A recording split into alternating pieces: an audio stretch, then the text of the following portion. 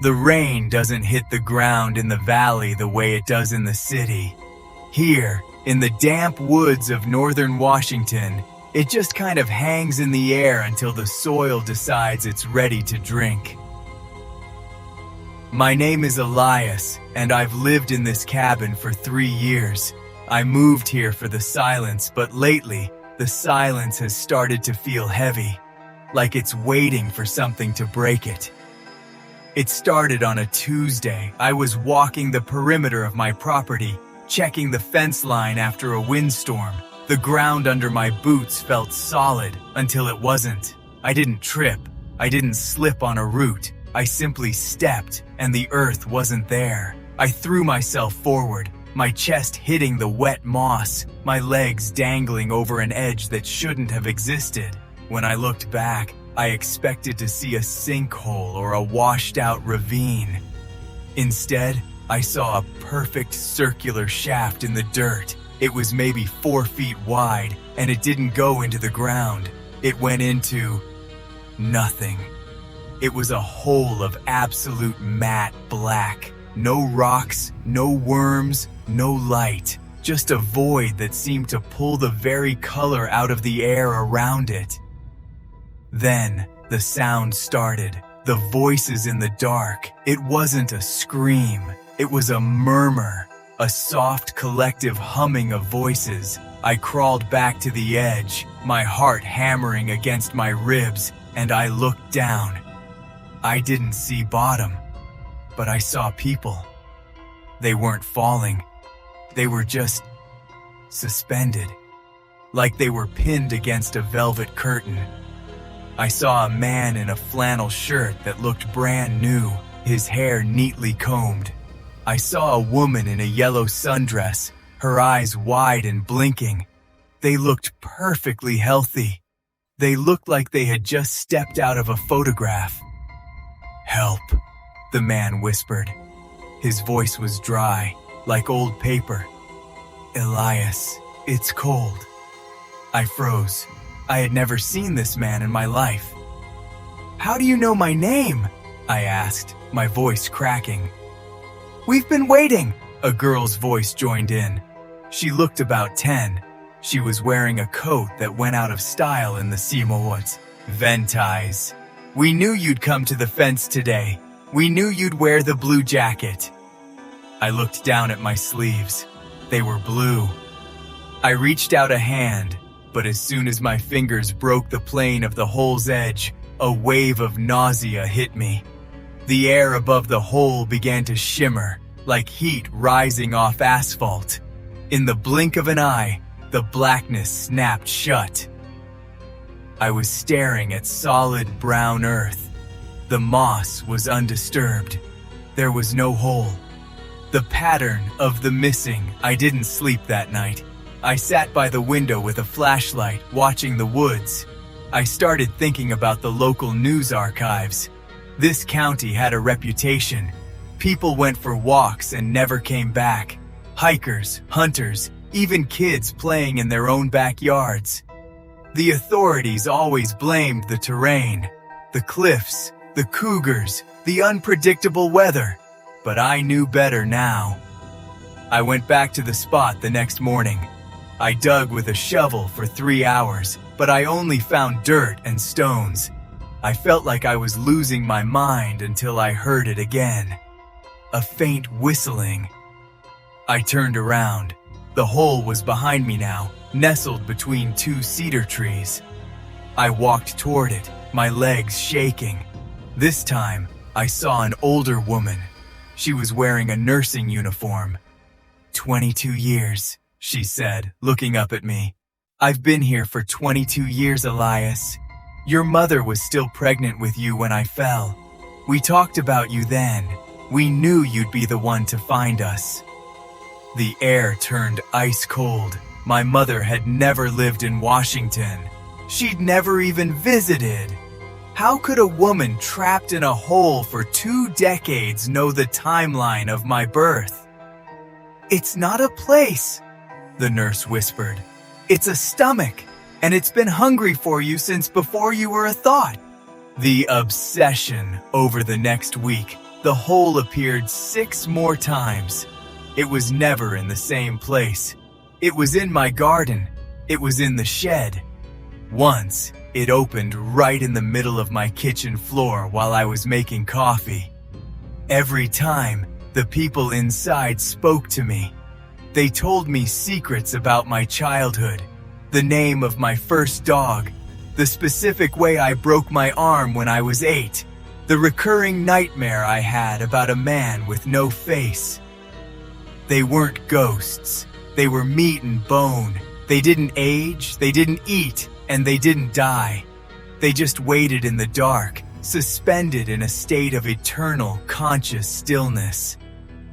I became obsessed. I stopped going into town. I stopped answering my phone. I spent my days gathering ropes, ladders, and heavy-duty spotlights. I told myself I was going to stage a rescue. I told myself I was the hero of this story. But deep down, a darker thought was taking root. I wasn't a savior. I was a guest who was late for dinner. I started leaving the ropes coiled by the door. I tied a harness to the sturdy beam in my living room. I prepared myself to jump in. If I could just get a grip on one of them, maybe I could pull them out. Or maybe I just wanted the talking to stop. The last threshold, last night, the hole opened in my bedroom. It was larger than usual, taking up almost the entire floor space between my bed and the closet. The darkness was so thick it felt like a physical weight in the room. I stood at the edge, my harness buckled, a flashlight in my hand. I shined the beam down. There were dozens of them now, stacked like cordwood in the abyss. They all turned their heads in unison to look at me. Their eyes reflected the light like forest animals. "It's time, Elias," they said. Their voices were a perfect, unsettling harmony. "I'm coming down," I whispered. "I'm going to get you out." I stepped off the edge, but I didn't fall. The harness caught, the rope snapping taut against the ceiling beam.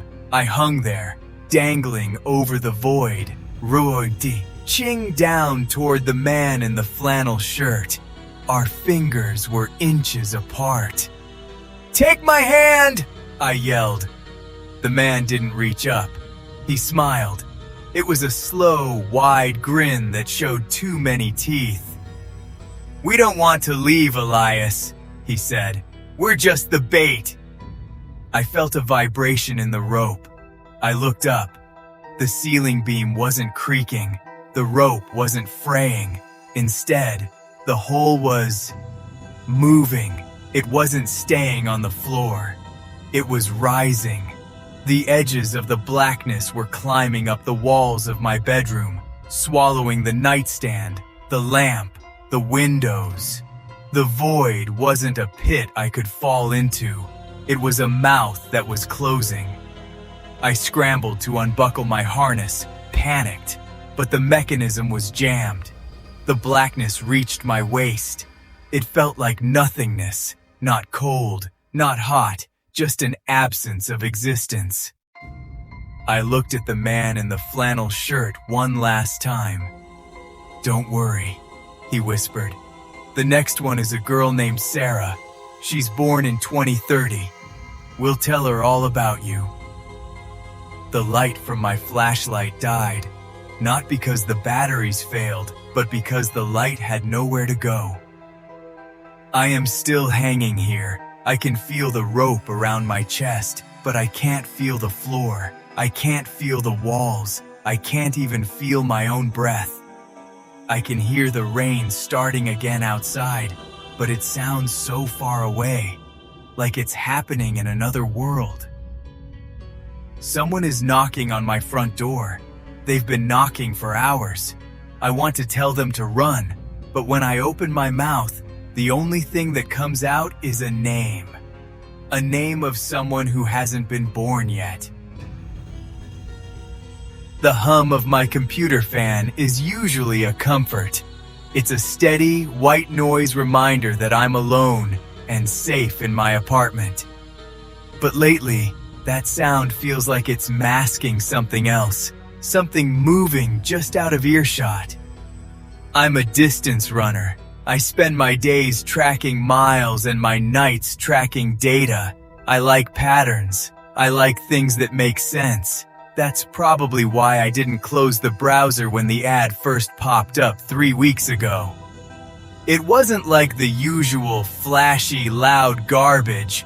It was a simple, static frame, a high-resolution photo of a dense forest in the Pacific Northwest. Across the top, in a plain white font, it said, "Find the threat."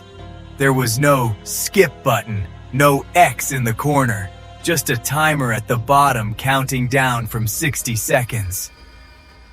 I clicked on a dark shape behind a cedar tree. A small red circle appeared around it. The screen flashed green and a new image loaded. This one was a grainy CCTV shot of a grocery store parking lot at night. Find the threat. I spotted a man sitting in a dark sedan, his face obscured by a visor, watching the entrance. Click. Green flash. It felt like a harmless, hidden object game, the kind designed to keep your brain engaged for a minute. But as the nights went on, the ads started appearing on every site I visited, and the images changed. They weren't stock photos anymore. They were raw, handheld. The shift, by the second week, the game stopped being about scenery. It became about people.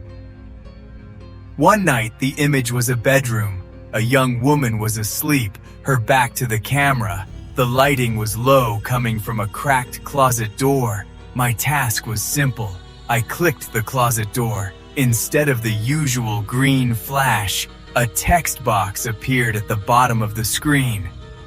"Target neutralized. Thank you for your assistance." I felt a cold prickle at the back of my neck. It was just a game, I told myself. A dark, edgy marketing campaign for some indie horror movie. But the next image was a playground in broad daylight. Rare were kids on the swings. Find the threat. I looked for a knife, a mask, something obvious. Nothing. Then I saw it. A black van parked on the curb with the engine running. I clicked it. The screen went black. Then, a series of coordinates appeared in the center of the monitor. I looked them up on my phone. They led to a small park in a town 3 states over. I closed the tab, my heart hammering against my ribs. I decided I was done. But you don't just quit something that knows your IP address. The interior. 2 nights ago, I was scrolling through a forum when the screen flickered. The ad didn't pop up in a window. It took over my entire display. The image was a kitchen. It was clean, modern, and dimly lit. I recognized the brand of the toaster. I recognized the specific chip in the granite countertop. My breath hitched. It was my kitchen. The camera angle was from the top of the refrigerator, looking down at the island. I wasn't in the frame. I was in the office, sitting right where I am now. Find the threat. I stared at the screen, my eyes watering because I was afraid to blink. I looked at the pantry door. Nothing. I looked at the window above the sink. Just darkness. Then I saw it. On the floor, near the baseboards, there was a shadow that didn't belong to the stools. It was long, narrow, and tapering off toward the hallway that leads to my office. I didn't click it. I couldn't move my hand. A timer appeared. 05, 4, 3. I lunged for the power cord and ripped it from the wall. The monitor died instantly. The room plunged into a thick, suffocating silence. The reality, I didn't sleep that night. I sat in the corner of my living room with a baseball bat, watching the hallway. When the sun came up, I felt like an idiot. I convinced myself it was a sophisticated hack. Someone had accessed my home security cameras and fed the stream back into a prank script. I stayed away from the computer all day.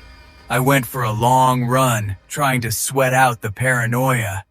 But when I got home, I noticed something. The shoes by my front door. I always align them perfectly against the wall. It's a habit, but the left sneaker was turned at a slight angle, pointing toward the coat closet. I stood there for a long time, just looking at it. Eventually, the lure of the screen became too much. I needed to know. I needed to see if it was still there. I plugged the computer back in and booted it up. I didn't even open a browser. The desktop icons didn't even load. The image was already there. It was my office. The view was from the vent in the ceiling, looking directly down at the back of my head. I could see myself on the screen, looking at the screen. In the image, the door behind me, the one that leads to the hallway, was cracked open about 2 inches. I didn't turn around. I couldn't. My muscles felt like they had turned to stone. I looked at the monitor. In the digital version of my room, a hand was slowly reaching around the edge of the door. It wasn't a monster's hand. It was a human hand, wearing a thin, latex glove.